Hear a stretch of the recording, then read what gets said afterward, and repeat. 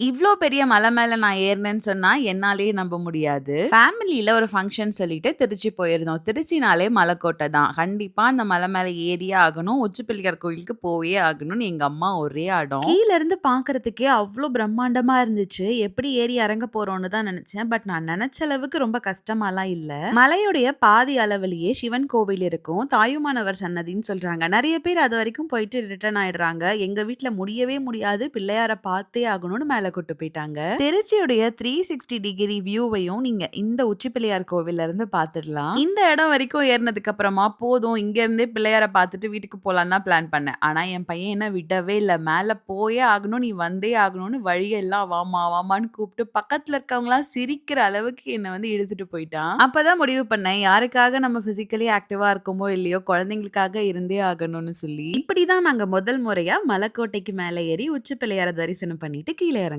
மலை ஏறினத விட இறங்குறது ரொம்ப ஈஸியாவே இருந்துச்சு. எனக்கு இருந்த ஒரே கேள்வி எப்படி அந்த காலத்துல இவ்ளோ பிரம்மாண்டமான ஒரு இடத்த பில்ட் பண்ணாங்கன்னு. அடுத்த தடவ திருச்சி பக்கம் போனீங்கன்னா கண்டிப்பா மலைக்கோட்டையை விசிட் பண்ணிடுங்க. அடுத்த வீடியோல பார்க்கலாம். Follow me for more such videos. Happy மாமி, ஹாப்பி பேபி. பை.